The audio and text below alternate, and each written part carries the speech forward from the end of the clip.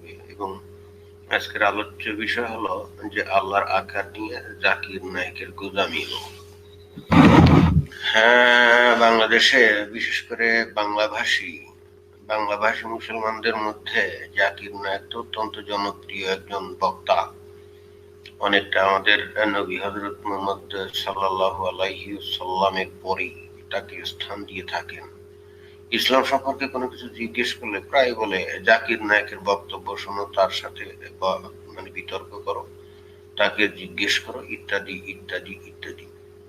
কিন্তু যেহেতু Zakir Naik anyhow somehow he has become a top class celebrity already all over the world, so we have no any opportunity to debate with him. Not only that, he is right now in exile, living in Malaysia, so we have no scope. We have no opportunity to debate with him regarding his claims. So, we are sorry, আমরা তার সাথে কোনো বিতর্ক করতে পারছি না। কিন্তু একটা জিনিস করতে পারি, উনি যে বক্তব্য বিবৃতি দিয়েছিলেন, those are very much available in YouTube channels, so we can find out his lectures on different issues and then we can review. এটা করতে পারি, রাইট? ওস্তাদ আল্লাহর রহমতে হাজির হলাম। হ্যাঁ, অবশ্যই অবশ্যই। আচ্ছা, Mohammad Rafiqul Hasan, are you that Rafiqul Hasan who sometimes it come in mic and would say something? আপনি কি সেই রফিকুল হাসান ভাই নাকি? যদি হয়ে থাকেন then why are you hiding yourself? মাঝে মাঝে আপনার তো মাইকে আসা উচিত, কথা বলা উচিত। তো যাই হোক, আজকের যে বিষয় সেটা হলো যে আল্লাহর আকার নিয়ে জাকির নায়েকের গোঁজামিল। আপনারা অনেকেই হয়তো জেনে থাকবেন যে যারা সালাফি পন্থী বা ওয়াহাবি পন্থী, অর্থাৎ যারা নাকি সহি ইসলামের অনুসারী, যে ইসলাম সৌদি আরবের মানুষ অনুসরণ করে, যেটা নাকি সহি একেবারে কোরআন এবং হাদিস অথবা অন্য ভাষায় কোরআন অথবা সুন্নাহ অনুসরণ করে থাকে। বাংলাদেশের রসালো মুসলমানদের কথা বাদ দেন, এরা আসলে সহি মুসলমান না। কিন্তু যারা সহি মুসলমান, সেই ওয়াহাবি পন্থী অথবা সালাফি, সালাফ মানে অনুসারী, কার অনুসারী? নবীর অনুসারী। অর্থাৎ নবী যে ইসলাম অনুসরণ করে গেছেন, অর্থাৎ the Muslims who follow the exact Islams followed by Muhammad sallallahu alaihi wasallam are called Salafist. সুতরাং সালাফি বা সালাফিজম হলো ইসলামের সেই পথ যা নবী স্বয়ং নিজে অনুসরণ করে গেছেন। যদি আপনারা মুসলমানের সংজ্ঞা এরকম ভাবে দেন যে who follow Quran and Sunnah 100% perfectly or try to follow Quran and Sunnah 100% perfectly, they are called Muslims. Then Salafists are the real and perfect Muslims, no doubt about it. ঠিক আছে? হ্যাঁ, এই কথাগুলো এত বলার অর্থ হচ্ছে এই সালাফিস্টরা কিন্তু বিশ্বাস করে আল্লাহর আকার আছে। এবং আপনারা জানেন যে বাংলাদেশে যারা আহলে হাদিস যে গ্রুপটা আছে, তারা কিন্তু they are the real and true Salafist.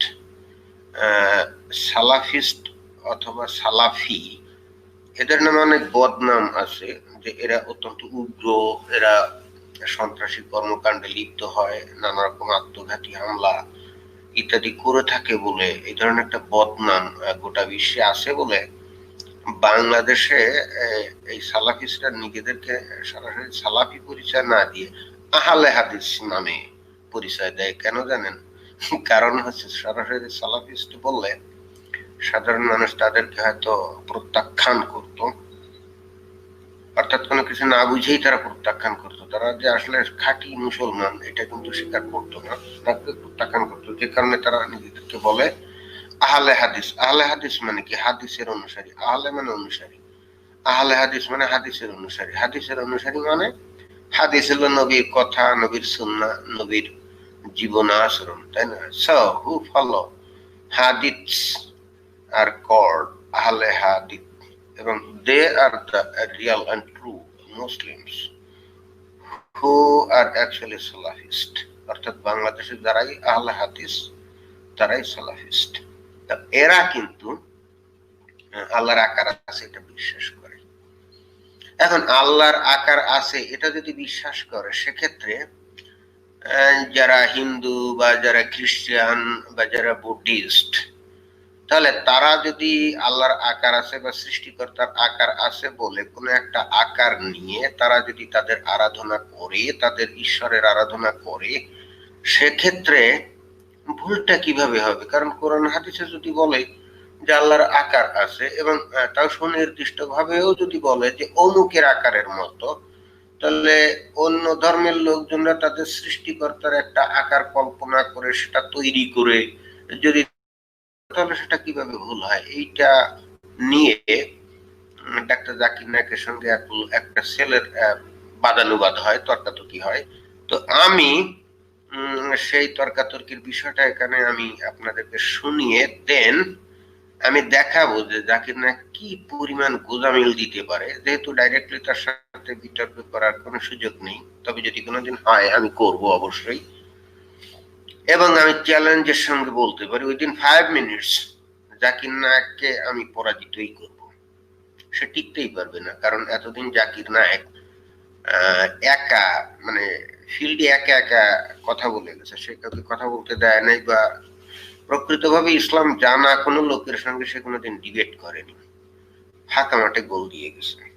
ঠিক আছে, তো কথা না বাড়িয়ে আমরা হ্যাঁ, এই রোহিত রায় বলছে আমাকে কাজী ইব্রাহিম, হ্যাঁ কাজী ইব্রাহিমের বক্তব্যটা আপনাদেরকে শোনাবো। তো আমি আবারও বলছি, জাকির নায়েককে যদি আমি জীবনে কোনোদিন পাই অবশ্যই আমি তার সাথে বিতর্ক করবো, এবং আমি এটাও আমি চ্যালেঞ্জ সহকারে বললাম উইদিন 5 মিনিটস জাকির নায়েককে আমি পরাভূত করবই, যদি কোনোদিন সেই সুযোগ হয়। আর এবং একই সঙ্গে তাকে আমি এই স্বীকারোক্তিও তাকে আমি দিতে বাধ্য করব যে মানুষকে গোজামিল দিয়ে ভুল বুঝিয়ে মানুষকে এখানে বিভ্রান্ত করে এই যে উগ্র সন্ত্রাসী মৌলবাদীতে কেন পরিণত করলো। যাই হোক, সেটা ভিন্ন বিষয়। এখন আমরা জাকির নায়েকের বক্তব্য আমরা শুনি। আমরা জাকির নায়েকের বক্তব্য শোনার পরে তারপরে আমরা তার বক্তব্যকে রিফিউট করব, রাইট? তো ঠিক আছে, আমরা চলে যাই। এবং যারা উপস্থিত আছেন, আমার কোনো কিছু বলার আগে আমি কেবল বলতে চাই, আমি যা জিজ্ঞেস করছি তাতে কাউকে অসম্মান করা আমার লক্ষ্য নয়, এবং এবং এবং সবার কাছে আমি খুব তরুণ, তাই কিছু বেঠিক বললে আমাকে ক্ষমা করবেন। আমার প্রশ্ন হচ্ছে, যতদূর আমি দেখেছি এবং জেনেছি, আমার চতুর্পাশে আমি দেখেছি ইসলাম প্রতিমা পূজায় বিশ্বাস করে না। তাই আমি জানতে চাই প্রতিমা পূজায় বিশ্বাস না করার কারণ কি? এটা আমার প্রথম প্রশ্ন। ভাই প্রশ্ন করলেন যে তার বিশ্বাস মতে ইসলাম প্রতিমা পূজায় বিশ্বাস করে না। কেন ইসলাম প্রতিমা পূজায় বিশ্বাস করে না? যে কারণে ইসলাম প্রতিমা পূজায় বিশ্বাস করে না তা হচ্ছে এটা নিষিদ্ধ। পয়েন্ট নাম্বার 1, আপনি ঈশ্বরের প্রতিমা বানাতে পারেন না। ঈশ্বরের প্রতিমা বানালেন আপনি ঈশ্বরকে অবমাননা করলেন। ধরেন আপনি প্রতিমা বানালেন এবং ধরেন প্রতিমাটা পড়ে গেল, প্রতিমাটা কি হলো? সেটা ভেঙে গেল। যদি প্রতিমা নিজেকে সাহায্য করতে না পারে, কিভাবে আপনাকে সাহায্য করতে পারবে? চমৎকার। যদি প্রতিমা নিজেকে সাহায্য করতে না পারে তাহলে ঈশ্বর তাহলে তো আসলে বস্তুত প্রমাণিত হলো। কিন্তু এখানে তো বলাই হচ্ছে সেটা প্রতিমা, সেটা তো স্বয়ং ঈশ্বর না। সেটা তো স্বয়ং ঈশ্বর না। যেমন খ্রিস্টানরা যীশু খ্রিস্টকে ঈশ্বর হিসাবে বিশ্বাস করে, যখন যীশু খ্রিস্টের একটা ক্রুশবদ্ধ প্রতীক তৈরি করলো, তখন সেটা তো স্বয়ং যীশু না এবং স্বয়ং ঈশ্বর না। সুতরাং সেটা পড়ে গেলে তো ভেঙে যাবেই। এটা আপনি কি ধরনের যুক্তি দিলেন? What kind of logic is this one? ওটা তো পড়লে ভেঙে যাবেই, ওটা তো অরিজিনাল সেই ঈশ্বর না। আর আপনি বলছেন যে এটা নিষিদ্ধ আছে। নিষিদ্ধ আছে আপনার কিতাবে, নিষিদ্ধ আছে, অন্যের কিতাবে তো নিষিদ্ধ নাই, তাই তো? এখন আপনি কি সুন্দর যুক্তি দিলেন, পড়ে গেলে ভেঙে যাবে, এবং ওই জায়গার ইডিয়ট টাইপের যে শ্রোতাগুলো অথবা ভাড়াটিয়া শ্রোতাগুলো কি সুন্দর হাততালি দিলাম। হুম, ভাড়া করে নিয়ে এসে কিছু লোক সামনে বসিয়ে হাততালি দিলে আপনি জিতে গেলেন। হায় হায়। আচ্ছা দেখি আরো। স্যার, কিন্তু এখানে আমার পয়েন্ট হচ্ছে, যদি ঈশ্বরের প্রতিমা থাকে সেটা আসল ঈশ্বর না হতে পারে যিনি বিরাজমান, কিন্তু এটা আমাকে তার প্রতি উপাসনায় সহায়তা করে, রাইট প্রার্থনায় মনোযোগ বাড়িয়ে দেয়। রাইট। যদি এটা সাহায্য করে আসল প্রার্থনায় মনোযোগ বাড়াতে, আপনার কি ধারণা এটা কি ঠিক? ভাই বলছেন যে এই যে ওই ছেলেটা কিন্তু সুন্দর লজিক দিল। বস্তুত এখানে ওই যে প্রতিমাটা তৈরি করা হলো, ওই প্রতিমাটা তো অবশ্যই ঈশ্বর না, কিন্তু এই প্রতিমাটার মূল উদ্দেশ্য হলো, বা ওই প্রতীকের মূল উদ্দেশ্য হলো যে ঈশ্বরের কাছে যখন আরাধনা করা হবে, সে আরাধনার মনোযোগটা যেন আরো বেশি কেন্দ্রীভূত হয়, সেন্ট্রিফাইড হয়, আরো বেশি কনসেন্ট্রেটেড হয়। উদ্দেশ্য কিন্তু একটাই, আর কিন্তু কোনো এখানে কোনো উদ্দেশ্য না। এখানে অবশ্যই অবশ্যই ওই প্রতীকটা নিজে, যেহেতু স্বয়ং ঈশ্বর না, ও নিজেকে রক্ষা করতে তো অবশ্যই পারে না, এবং ওকে যদি আষাঢ় মেরে ভেঙে ফেলা, সে ভেঙেও যাবে, কারণ ও তো স্বয়ং ঈশ্বর না। কিন্তু এটা করা হচ্ছে শুধুমাত্র মানুষের সুবিধার জন্য, অর্থাৎ তারা যে ঈশ্বরের আরাধনা বা ইবাদত করবে সেইটাকে মনোযোগ যাতে আরো বেশি দিতে পারে সেই উদ্দেশ্যে। এমন না যে ওইটা ঈশ্বর। সুন্দরভাবে ছেলেটা কিন্তু যুক্তিটা দিল, রাইট? দেখেন এইবার দেখেন না কি বলে। সে প্রতিমা যদি ঈশ্বরের প্রতি মনোনিবেশে সহায়তা করে, সেটা কি তার জন্য ভালো নয়? কিন্তু ঈশ্বর যখন বলছেন আমার প্রতিমা বানিও না, তবুও হ্যাঁ, সেটা তো আপনার কিতাবে বলছে। ঈশ্বর যখন বলছে আমার প্রতিমা বানিও না, সেটা তো আপনার কিতাবে বলছে, অন্য ধর্মের কিতাবে তো বলে না। সো আপনি আপনার মানে আপনার কিতাব অনুযায়ী রায় দিয়ে গেলে তো হবে না, ওটা তো আপনার কিতাবের বিশ্বাস, রাইট? এখন অন্য ধর্মের কিতাবে তো সে কথা বলেনি। অন্য ধর্মের কিতাবে তো বলেনি যে তাকে প্রতীক হিসাবে তৈরি করে তার আরাধনা করা যাবে না। সো আপনি আপনার নিয়মটা তো অন্যের উপর চালাতে পারেন না। আপনি বলবেন এটা স্রষ্টাকে মনোনিবেশে সাহায্য করে, এটা কি ঠিক না ভুল? যদি আপনি ঈশ্বরকে ভালোবাসেন তাহলে তাকে মান্য করবেন কিনা? যদি আপনি ঈশ্বরকে ভালোবাসেন তাকে মানতে হবে। এই আপনার কিতাবের ঈশ্বর বলছে তার প্রতিমা বা তার প্রতীক তৈরি করা যাবে না, অতএব ওইটা আপনি মানবেন, এটা তো অন্য মানবে না। একজন খ্রিস্টান অথবা একজন হিন্দু অথবা একজন বুদ্ধিস্ট অথবা একজন মানে অন্য ধর্মের কোন লোক তো আপনার কিতাবের বিধান মানবে না। আপনি খুব সুকৌশলে আপনার কিতাবের বিধানটাকে ইউনিভার্সাল বিধান হিসেবে আপনি প্রথমে প্রতিষ্ঠা করার পায়তারা করলেন। এবং কেন করলেন জানেন? কিভাবে করলেন? কারণ আপনার সামনে যে দর্শক শ্রোতা বসা আছে এগুলো আপনার ভাড়া কেন। আপনি একটা কথা বললে সাথে সাথে তারা হাততালি দিয়ে একাত্মতা প্রকাশ করে, মানে আপনার শক্তিটাকে বাড়িয়ে দিচ্ছে, অর্থাৎ আপনি যা বলবেন ওটা রাইট, এবং আপনি আপনার নিজের কিতাবের বিধানকে আপনি সার্বজনীন বিধান বা ইউনিভার্সাল বিধান হিসেবে প্রতিষ্ঠিত করে, এবার আপনার এই বিধান দিয়ে আপনি অন্য অন্য মানুষের বিধান বা অন্য ধর্মের বিধানকে আপনি বিচার করছেন। এই অধিকার আপনাকে কে দিয়েছে? আপনার ইসলাম ধর্মের বিধান দিয়ে আপনি খ্রিস্টান ধর্মের বিচার করেন কিভাবে? আপনার ইসলাম ধর্মের বিধান দিয়ে আপনি হিন্দু ধর্মের বিচার করেন কিভাবে? আপনার ইসলাম ধর্মের বিধান দিয়ে আপনি বৌদ্ধ ধর্মের বিচার করেন কি করে? এই একই কৌশল তো এখন খ্রিস্টানরা এসে করতে পারে। তাদের বিধানকে কিছু ওইরকম 10-15 হাজার লোককে ভাড়া করে এনে বসিয়ে কোন একটা বক্তব্য দিয়ে হাততালি দিয়ে তারপরে সে তার বিধানটা, মানে তাদের বাইবেলের বিধানটাকে ইউনিভার্সাল করে, তারপরে এবার কিন্তু আপনার ধর্মের বিধানগুলো যে কত প্রকারে ভুয়া সেটা কিন্তু একজন খ্রিস্টান করতে পারে, একজন হিন্দুও করতে পারে না। সো আপনার এই টেকনিকটা তো আমরা জানি। সুতরাং আপনি আসলে এখানে কি বলতে চাচ্ছেন দেখে আর একটু শুনি। কারণ আপনি একটা কোম্পানিতে কাজ করেন এবং বস আপনাকে বলছেন যত সময় অফিসে আসুন, আপনাকে ঠিক 10টায় আসতে হবে। আপনি বলবেন না, আমি যদি 11টায় আসি, আমি ঘুমাবো আরো ফ্রেশ থাকবো, আমি 11টায় আসবো। সেটা কি ঠিক না ভুল? সেটা ভুল। এরপর কিছু লোক আসলো 10টায়, কেউ 11টায়, কেউ আবার আসলো 12টায়। না না, কিন্তু আপনি জানেন আমি ভালো কাজ করতে পারি। কেউ আসলো 1টায়, আবার কেউ আসলো 2টার সময়। আপনার কি ধারণা কোম্পানিটি ভালো চলবে? এইবার আপনি এমন উদ্ভট একটা যুক্তি দিলেন, মানে আমি জানি না যে গাভীর 4টা পা আছে এবং গাভী দুধ দেয়, একটা টেবিলেরও 4টা পা আছে, অর্থাৎ একটা টেবিলে দুধ দেবে, এই ধরনের আপনি যুক্তি খাড়া করলেন। আরে ভাই, আপনার কোম্পানি হয়তো 9টায় মানে 10টায় অফিসে আসার জন্য বলে, মানে আপনার কোম্পানির নিয়ম যে সব কর্মচারীকে 10টায় আসতে হবে, এটা হলো আপনার কোম্পানির, অর্থাৎ আপনার ধর্মের বিধান। কিন্তু অন্য কোম্পানির বিধান সকাল 8টায় আসতে হবে। আমার যেমন আপনার কোম্পানির, আপনার একটা কোম্পানি আছে, সেখানে 500 লোক কাজ করে, তো আপনি বলে দিলেন মানে 500 লোক ওয়ার্কার আছে, তাদের বলে দিলেন যে 10টার মধ্যে অবশ্যই, মানে 10টার মধ্যে বা তার আগে অফিসে আসতে হবে, ইটস ওকে ফাইন। কিন্তু আমার একটা কোম্পানি আছে, আমার কোম্পানির বিধান হচ্ছে আমার এখানেও 500 লোক আছে, আমার বিধান হলো 8টায় আসতে হবে। আপনি 10টায় আসার বিধান করে আপনি 8 ঘন্টা আপনি ইয়ে করলেন, তাহলে কি বিকেল 6টায় আপনার কোম্পানি ছুটি, আর আমি সকাল 8টায় আসার কথা নির্দেশ দিয়ে আমি বললাম আমার কোম্পানির ছুটি হলো কয়টায়? 4টায়, বিকেল 4টায়। এটা আমার কোম্পানির বিধান, আর আপনার কোম্পানির বিধান হচ্ছে 10টায়। সো আপনার কোম্পানির বিধান দিয়ে তো আপনি আমার কোম্পানির বিধান আপনি বিচার করতে পারেন না। আমার সকালে হলে, আমার যদি 8টায় আমার অফিস খোলে, কর্মীরা যদি চলে আসে, আমার তাহলে প্রোডাকশন ভালো হয়, আমার উৎপাদন ভালো হয়, কাজের মান ভালো হয়, এই জন্য আমি এই বিধানটা করলাম। আপনার কাছে হয়তো মনে হলো যে 10টায় করলে আপনার সুবিধে আছে, তা আপনি করেন। এবং বাংলাদেশে, নট অনলি ইন বাংলাদেশ, পৃথিবীর যে কোনো দেশেই, পশ্চিমা দেশগুলোতে ভোর 6টায় অনেকে অফিসে যায়, তাদের শিফট এরকম। কেউ 10টায় যায়, তার শিফট এরকম, কেউ 9টায় যায়, তার শিফট এরকম, তাই না? বাংলাদেশেও তো আছে, বাংলাদেশেও সরকারি অফিসে বলে 9টায় যেতে, তাই না? কিন্তু এক্সপোর্টিং ওই যে সমস্ত গার্মেন্টস ফ্যাক্টরি বা রপ্তানিমুখী যে সমস্ত কোম্পানিগুলো আছে, সেখানে কয়টায়? 6টায় অথবা 7টায় অথবা 8টায়, এরকম নিয়ম না। সো আপনি আপনার কোম্পানির নির্ধারিত বিধান দিয়ে আপনি অন্য কোম্পানির বিধানকে আপনি সমালোচনা করছেন, এবং আপনি কেন ধরে নিলেন আপনার এই 10টায় যাওয়ার বিধান হলো ইউনিভার্সাল স্ট্যান্ডার্ড টাইম?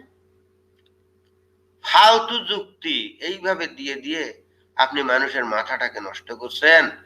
আপনি মানবতার কাছে, বিশ্ব মানবতার কাছে আপনি ভয়াবহ অপরাধ করছেন, আপনি ভয়ঙ্কর অপরাধ করছেন। দুনিয়ায় লক্ষ লক্ষ সুন্দর ছেলে, মেধাবী ছেলেদের আপনি মাথা নষ্ট করে দিয়ে তাদেরকে, তাদের জীবনটাকে আপনি ধ্বংস করে ফেলছেন। এর শাস্তি আপনাকে পেতে হবে, এর শাস্তি আপনাকে পেতে হবে। আসেন। না, আমি আমার বসকে খুব ভালোবাসি। বস বলছেন যত সময় আসুনটা মানে 10টা। যদি আপনি বসকে ভালো না বাসেন তাহলে আপনি দেরি করে আসতে পারেন, আর রেজিস্টারে লিখে দিতে পারেন আমি ঠিক সময় এসেছি। এটা হচ্ছে প্রতারণা। তাই আল্লাহ স্পষ্ট করে বলে দিয়েছেন কোরআনে যে প্রতিমা পূজা করা নিষিদ্ধ। এটা এমনকি হিন্দু ধর্মগ্রন্থে উল্লেখ করা হয়েছে, স্পষ্ট করে বলা হয়েছে। আমি আগেও বলেছি, শ্বেতসূত্র উপনিষদে আছে, অধ্যায় নম্বর 4 অনুচ্ছেদ নম্বর 19, যজুর্বেদ অধ্যায় নম্বর 32 অনুচ্ছেদ নম্বর 3, প্রতিমা আসতি, মহান ঈশ্বরের কোন প্রতিমা নেই, কোন প্রতিচ্ছবি নেই, কোন ফটোগ্রাফ নেই, কোন চিত্র নেই, কোন প্রতিকৃতি নেই, কোন প্রতিমা নেই, কোন ভাস্কর্য নেই, কোন মূর্তি নেই। এই যে ফালতু কথাগুলো আপনি বললেন, অবশ্যই অবশ্যই সর্বশক্তিমান স্রষ্টা দেখেন কোনো প্রতিমা নেই, কোনো আকৃতি নেই, কোনো প্রতিকৃতি নেই, একথা আছে না?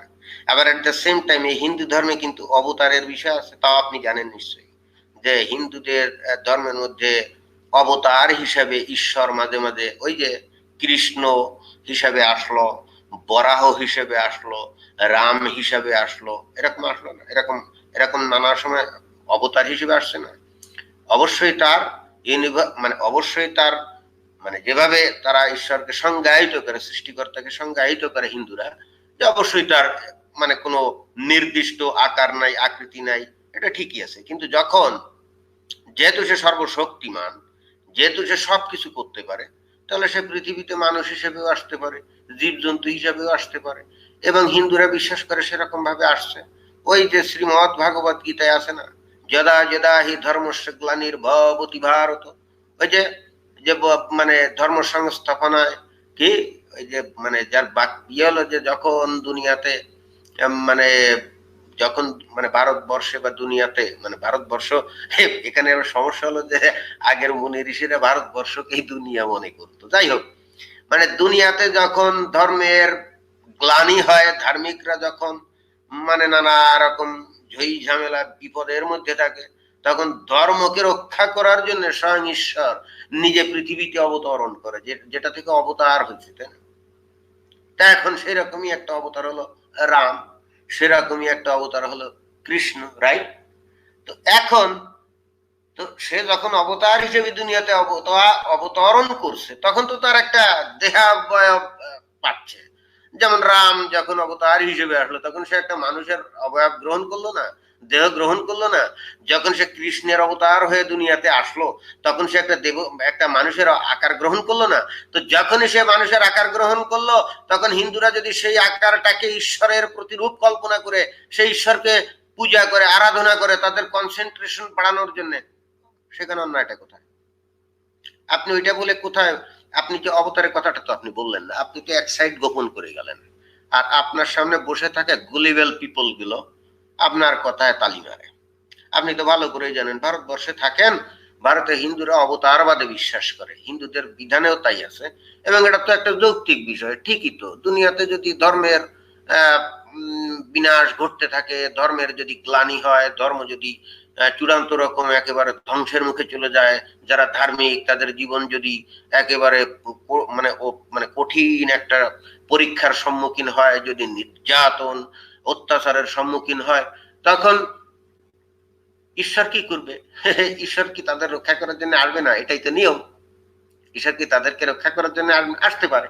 সে তার স্বর্গরাজ্য থেকেও সে অত্যাচারীদেরকে মানে ধ্বংস করতে পারে, অথবা সে স্বয়ং নিজে এসে একটু সৃষ্টির সাথে একটু লীলা খেলে। অর্থাৎ মনে করেন বিষয়টা হলো এরকম যে আপনারা জানেন যে ভারত আর বাংলাদেশ যদি ক্রিকেট খেলা খেলে, স্বাভাবিকভাবে আমরা ধরে নেব যে ভারত জিতে যাবে, কারণ মানে 100 বার যদি খেলে তাহলে আমরা ধরে নিতে পারি যে ভারত মিনিমাম 80-90 বার জিতে যাবে, আর বাংলাদেশের তো 10-20 বার জিততে পারে, কারণ ভারতের টিম অত্যন্ত শক্তিশালী। কিন্তু এই জিতে যাবে বলে আমরা কি ধরে নেব ভারত জিতে গেছে, অতএব আর খেলার দরকার নাই, আমরা ধরে নেব নাকি জিতে গেছে?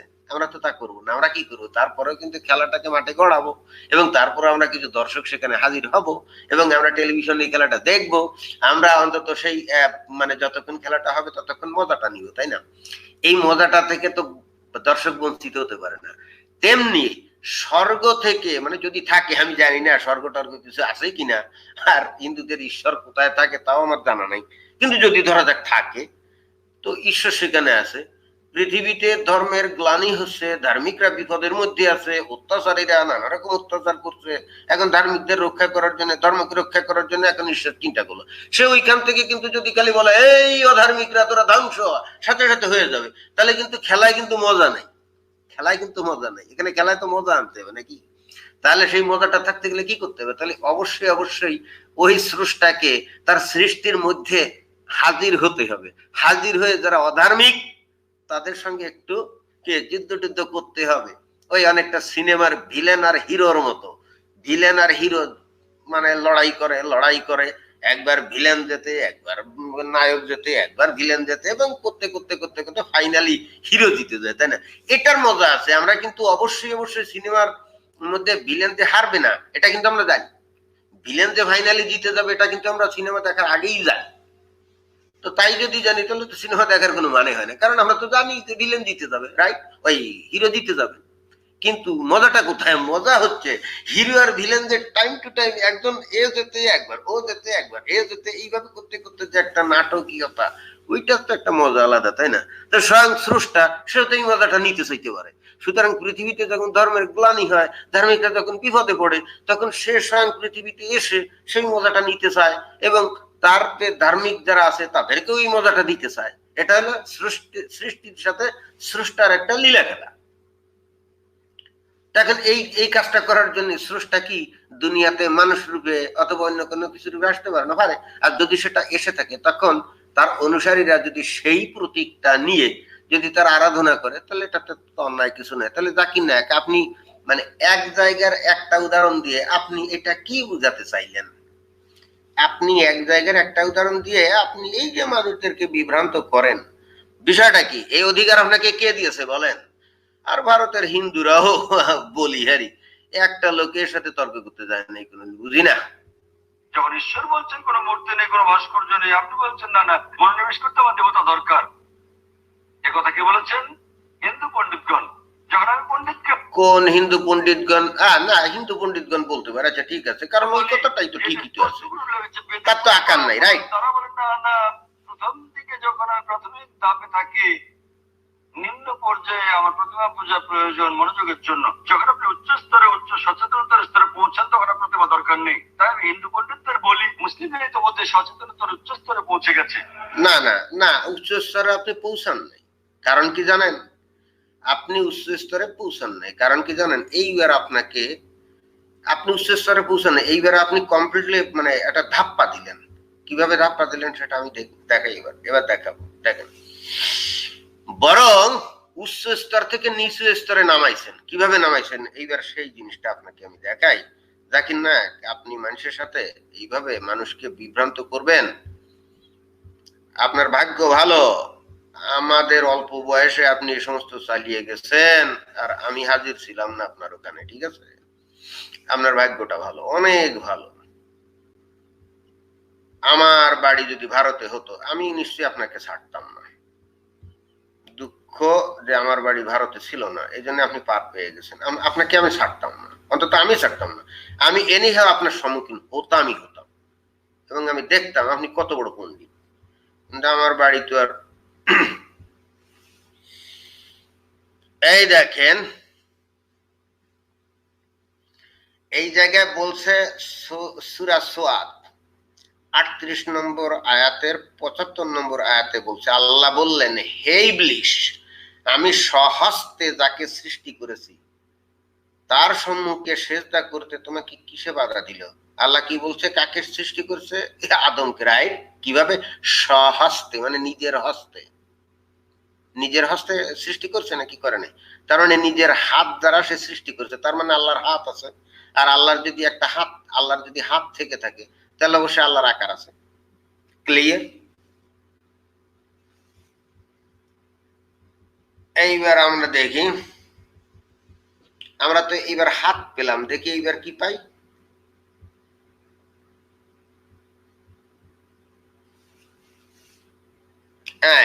আপনাদের জন্য সূরার রহমান 55 নম্বর সূরা 26 থেকে 27 যদি পড়ি, সেখানে কি লেখা আছে? ভূপৃষ্ঠের সবকিছুই ধ্বংসশীল, একমাত্র আপনার মহিমা ও মহানুভব পালনকর্তার মুখাবয়ব ছাড়া। কোন জিনিসটা ধ্বংস হবে না? সৃষ্টিকর্তার, অর্থাৎ আল্লাহর মুখ ছাড়া। তাহলে আগের আয়াতে দেখলাম ওনার দুইটা হাত আছে, আর পরের আয়াতে দেখছি যে ওনার মুখও আছে, রাইট? তাহলে আল্লাহর হাতও আছে, মুখও আছে। আমরা আরো দেখি, কোরআন থেকে দেখাচ্ছি, কোরআন থেকে দেখাচ্ছি। এখানে আবার বললেন না যে হাদিস মাদিস, না না না, কোরআন থেকে দেখাচ্ছি।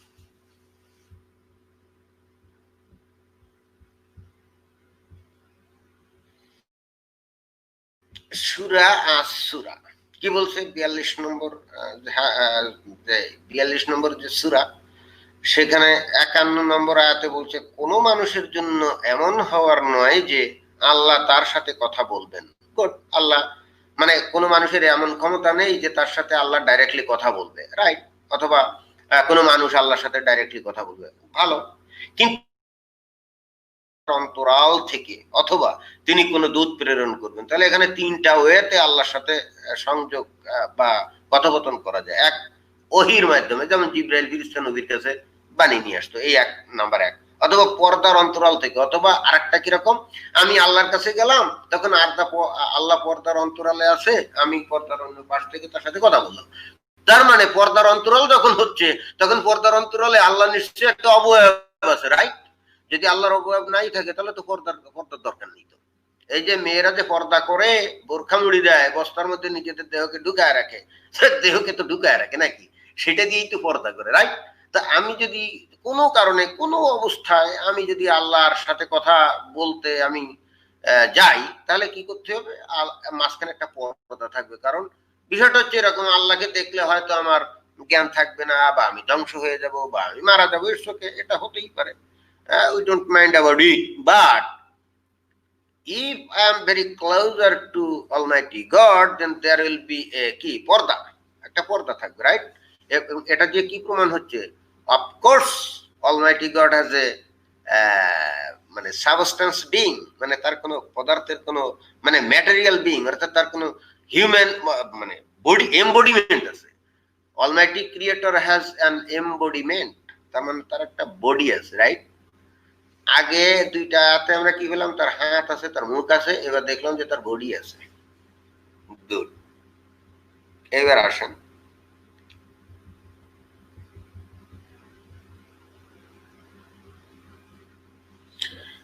গুড। তাহলে আমরা কিন্তু আল্লাহর আকার সম্পর্কে কোরআনে আমরা নিশ্চিত হলাম। এখন প্রশ্ন হলো সেই আল্লাহর আকারটা কি? মোহাম্মদ রফিকুল হাসান, কোরআনের আয়াতসমূহের যান্ত্রিক অপব্যাখ্যা হচ্ছে, আপনি একটু অযান্ত্রিক সঠিক ব্যাখ্যাটা দিয়ে দেন। আপনি আসেন, এত ভীত কেন আপনি? আমরা তো ভীত না, আমরা তো ভীত না। এবং আপনাদের মতো কাওয়ার্ডদের ফেস করার জন্য আমাদেরকে অনলাইনে আসতে হয়। আপনাদের মতো কাওয়ার্ডদেরকে ফেস করার জন্য এখন আমাদেরকে আসতে হয়। আমরা এখন আর ভয়টাই পাই না কিছু। এখানে পরিষ্কার পরিষ্কার কথা বলা আছে, তার মুখাবয়বের কথা বলা আছে, সহজতে সে ইয়ে করতেছে, এটা যান্ত্রিক ব্যাখ্যা হয়ে গেল না? এটা যান্ত্রিক ব্যাখ্যা হয়ে গেল। আল্লাহর আকার যে আসছে, কোরআনে বলছে তার হাত আছে, তার মুখ আছে, এবং তাকে দেখা যায় না, তার সাথে কথা বলতে গেলে একটা পর্দা লাগবে, তার মানে একটা তার বডি আছে, এটা তো নিশ্চিত। এইবার আমরা দেখি যে এই কথাগুলো প্রকৃত অর্থে আরো ভালো করে বুঝতে গেলে আল্লাহর আকারটা কিরকম, এইটা নিশ্চয় আর কোথাও আছে। দেখি এ বিষয়ে কোনো দলিল দস্তাবেজ কিছু আছে কিনা। আছে, আছে, দলিল দস্তাবেজ আছে, দলিল দস্তাবেজ আছে। এই যে দলিল চলে আসছে। আমি দলিল ছাড়া কথা বলি না, আমি কাওয়ার্ড না, আমি অন্তত ইন্টালেকচুয়াল ফাইটিং এ কাওয়ার্ড না।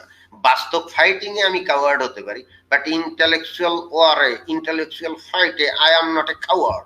I am ready to fight anybody, I am ready to challenge anybody. কোনো সমস্যা নেই, ইন্টালেকচুয়াল ওয়ার আমি কিন্তু কাওয়ার্ড না, বাট রিয়াল ফাইটে আমি হয়তো কাওয়ার্ড হতে পারি। ঠিক আছে? ইন্টালেকচুয়াল ওয়ারে দুনিয়ার যে কোনো মানুষের সাথে I am ready to fight, I am ready to challenge. দেখেন আল্লাহর আকার সম্পর্কে এখানে কি বলছে। সহিহ বুখারী ইসলামিক ফাউন্ডেশন অধ্যায় 66, অনুমতি চাওয়া, ইসলামিক ফাউন্ডেশন থেকে প্রকাশিত, আপনারা ক্রস চেক করে নেবেন। হাদিস নম্বর 5794।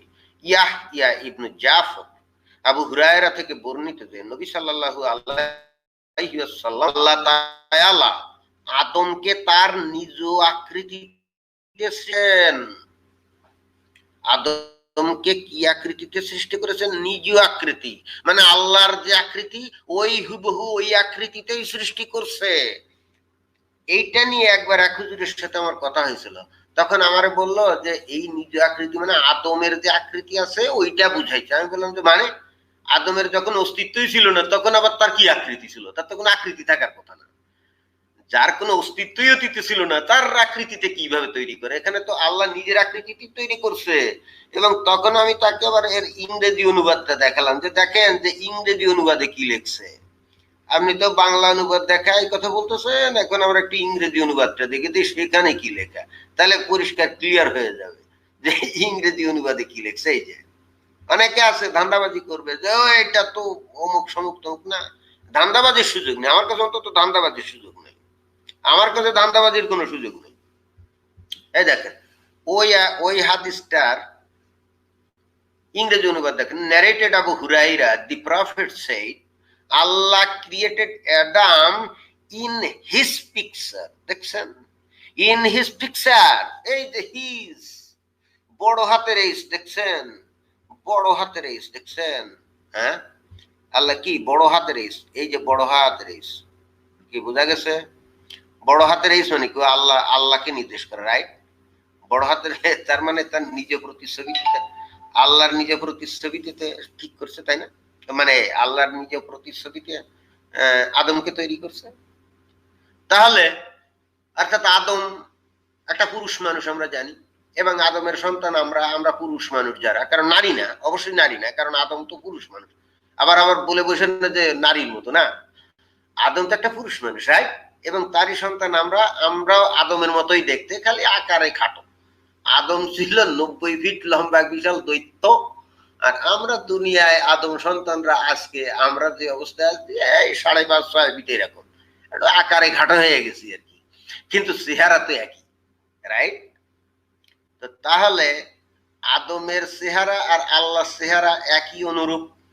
কারণ এই যে বলছে Allah created Adam in his picture, right? আদমকে দেখতে আর আল্লাহকে দেখতে একই রকম। তার মানে এখান থেকে আগে আমরা কোরআন থেকে পাইছিলাম আদমের 2টা হাত আছে, ওই আদমের বলছি আল্লাহর দুইটা হাত আছে, আল্লাহর মুখ আছে, আল্লাহর বডি আছে। এইবার হাদিস থেকে আমরা নবীর বর্ণনা থেকে আমরা পরিষ্কার হয়ে গেলাম বস্তুত আল্লাহ দেখতে মানুষের মতোই, কারণ মানুষকে আল্লাহ তার নিজ আকৃতি দিয়েই সৃষ্টি করছে। ক্লিয়ার? এখন এটা কি এই কথাটা কি এখন যান্ত্রিক ব্যাখ্যা হলো নাকি? যদি কেউ বলে এটা আমি যান্ত্রিক ব্যাখ্যা করলাম, তাহলে আমি তাকে বলবো তার এখনই মেন্টাল হাসপাতালে ভর্তি হওয়া দরকার, তার মানসিক চিকিৎসা অতি জরুরি হয়ে গেছে।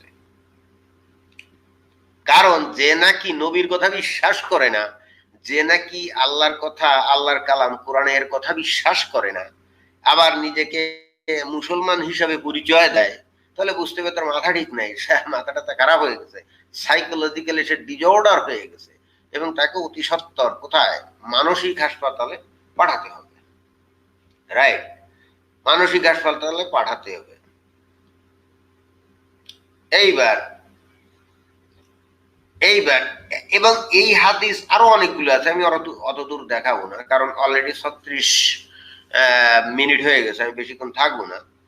এখন আল্লাহর আকৃতি যদি মানুষের আকার হয়, তাহলে এখন খ্রিস্টানরা যদি যীশু খ্রিস্টকে ঈশ্বর হিসাবে গণ্য করে বা বিশ্বাস করে, যেমন বাইবেলে যেটা আছে, যীশু খ্রিস্ট নিজেকে আসলে ঈশ্বর হিসাবেই পরিচয় দিচ্ছে, তো এখন খ্রিস্টানরা যদি সেই যীশু খ্রিস্টের একটা প্রতিমূর্তি তৈরি করে তাদের আরাধনার জন্য যদি সেই প্রতিমূর্তিটাকে দিকে তাকিয়ে যদি কনসেন্ট্রেশনটা যদি সে বৃদ্ধি করে, তাতে অন্যায়টা কি? অবশ্যই ওই প্রতিমূর্তিটা স্বয়ং যিশু না, স্বয়ং ঈশ্বর না।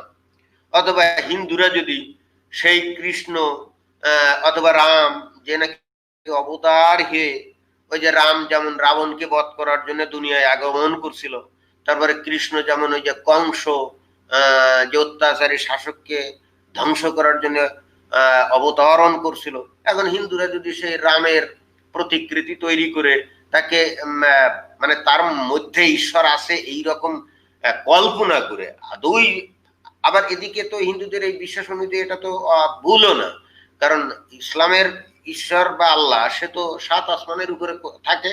কোথায়? 7 আসমানের উপরে। ইসলামের আল্লাহ তো 7 আসমানের উপরে থাকে, আর হিন্দুদেরা আল্লাহ বা ঈশ্বর সর্বভূতে বিরাজমান। এখন যে কৃষ্ণ অথবা রাম অবতার হয়ে দেখা দিল, হিন্দুরা যদি তার একটা প্রতিকৃতি তৈরি করে যদি কল্পনা করে এর মধ্যেও ঈশ্বর আছে, তো তাহলে অন্যায়, এখানে অন্যায়ের তো কিছু না। এখানে সে তো আসলে মূর্তিটাকে পূজা করছে না, এখানে হিন্দুরা তো ওই মূর্তিটাকে পূজা করছে না, এখানে হিন্দুরা আসলে কল্পনা করছে। এবং কেন? কারণ সে একটা সীমিত মানুষ, সীমিত ক্ষমতা, কিন্তু অসীম সৃষ্টিকর্তাকে আরাধনা করতে গেলে সীমিত শক্তি দিয়ে যেহেতু সেটা উপলব্ধি সম্ভব না, সেই জন্য ঈশ্বরেরই একটা অবয়ব, যে অবয়বে সে নিজেই দুনিয়াতে আসছিল বলে হিন্দুরা বিশ্বাস করে, সেইটাকে যদি সেইটার একটা প্রতিকৃতি তৈরি করে যদি শুধু আরাধনা বা ইবাদতের জন্য, অর্থাৎ ইবাদত বা আরাধনায় কনসেন্ট্রেশন বৃদ্ধির জন্য যদি এই ধরনের একটা অবয়ব তৈরি করে যদি এটা করে, আরাধনা করে, তাহলে তাতে মানে ঈশ্বরকে অপমান করা কিভাবে হয়? এটা কিন্তু আমার মাথায় ঢোকে না। জাকির নায়েক কিন্তু সেইটাই বলার চেষ্টা করলো, এবং যেহেতু তার কিতাবে বলা আছে যে এটা সঠিক না, যে তার মানে প্রতিমূর্তি তৈরি করা যাবে না, সেটা তো তার ধর্মীয় বিধান, সে তার ধর্মীয় বিধান দিয়ে তো অন্য ধর্মকে বিচার করতে পারে না। এইবার আসেন সবচাইতে মানে ভয়ঙ্কর যে জিনিসটা ইসলামের মধ্যে আমি দেখি এইবার, সেটাই যে এই জায়গায় সবচেয়ে ভয়ঙ্কর যে জিনিসটা, মানে মানুষ যে কি পরিমাণ বিভ্রান্ত হবে এই কোরআন হাদিস পড়লে, তার মানে কোনো সীমা পরিসীমা নেই। একজন সুস্থ মানুষ অসুস্থ হয়ে যাবে।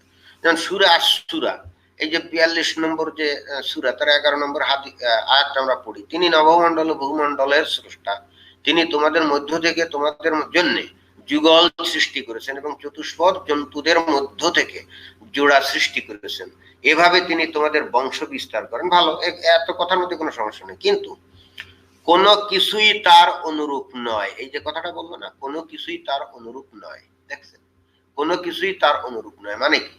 মানে আল্লাহর মতো দেখতে কোনো কিছুই না, কোনো কিছুই আল্লাহর মতো দেখতে না, এটা বললো না।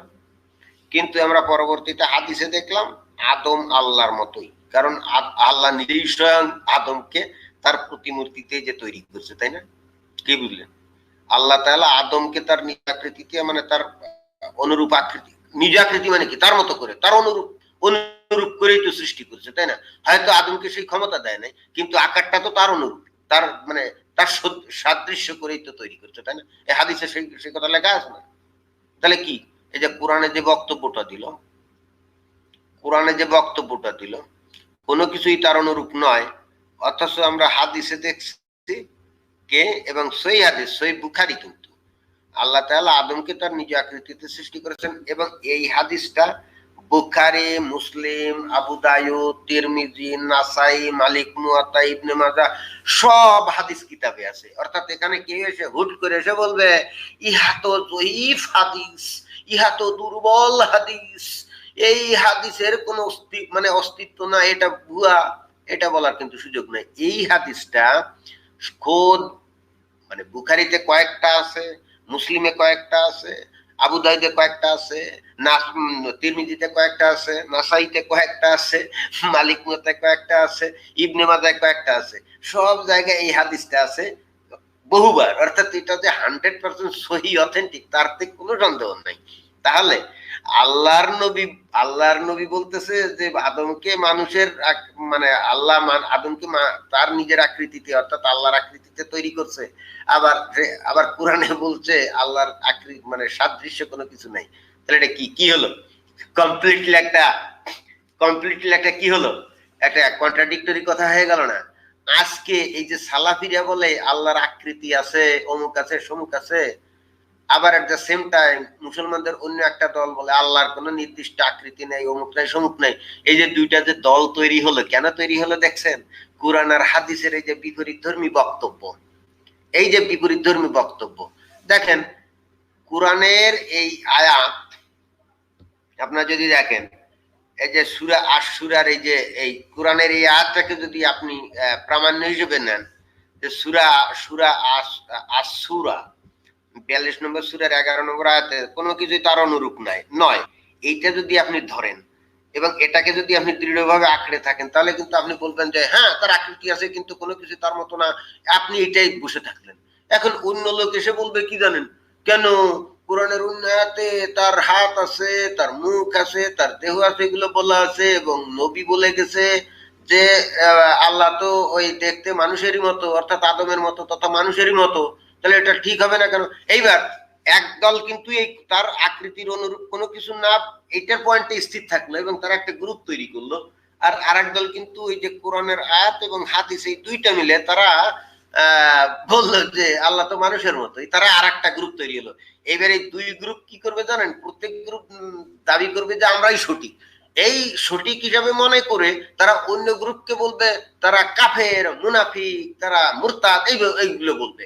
এবং বলার সাথে সাথে হবে কি জানেন, আবার যারা নাকি আকৃতি আছে, মানুষের মতো আকৃতি আছে বলে বিশ্বাস করবে, তারা আবার ওই যারা আকৃতি নেই তাদেরকে কাফির, মুনাফিক, মুরতাদ হিসেবে আপনার গণ্য করবে। করার পরে কোরআনে তো আবার কাফির, মুনাফিক, মুরতাদের শাস্তি কি, কল্লা কাটা। এইবার কি করবে, এই দুই গ্রুপ কিন্তু মারামারি কাটাকাটিতে লিপ্ত হবে, বুঝছেন?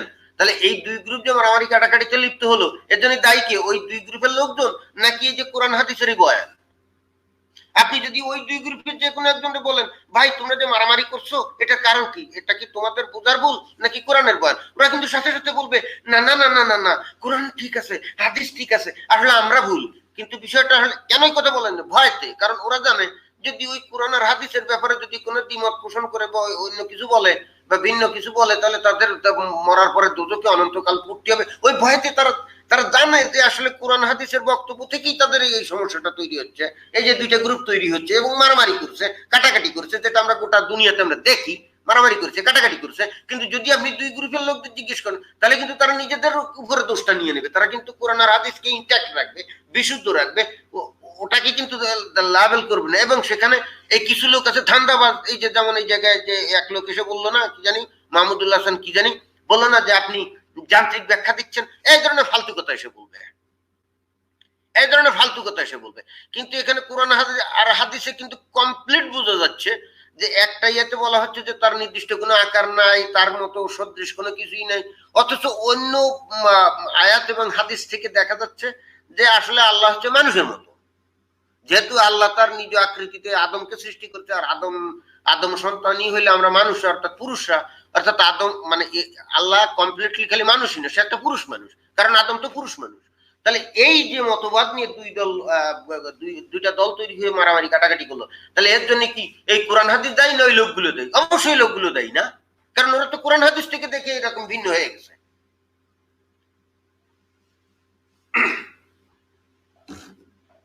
এবং আজকে এই যে মুসলমানদের মধ্যে এত দল, এত মত, এত পার্থক্য, এত, এবং একদল আর এক দলকে দেখতে পারে না, একদল আর এক দলকে মুরতাদ বলে, কাফের বলে। কি কারণে বলে?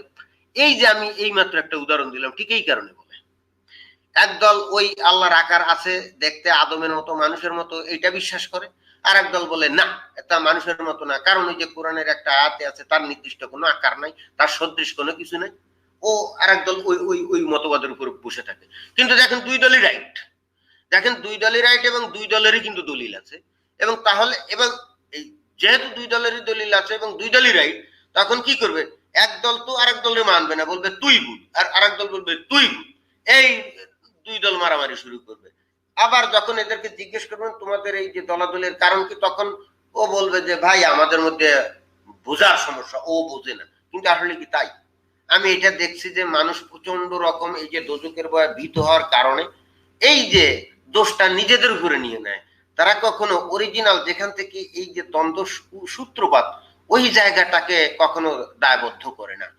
তো এভাবে আসলে, এবং এই সুযোগগুলো যে জাকির নায়কের মতো লোকগুলো নেয়, নিয়ে মানুষের মধ্যে আরো বেশি দ্বন্দ্ব, আরো বেশি সংঘাত, আরো বেশি মানে মানুষের মধ্যে বিভক্তি এইগুলো তৈরি করে। এবং এই লোকটা মানে কোটি কোটি পেট্রোডলারের সুযোগে বড় বড় টিভি চ্যানেল খুলে, মানে যেহেতু প্রচারণা করার সে সুযোগ পেয়েছিল, অনেক ফলোয়ার তৈরি করে মানুষগুলোকে আরো বেশি উগ্র, আরো বেশি মৌলবাদী, আরো বেশি সন্ত্রাসী করে তুলছে।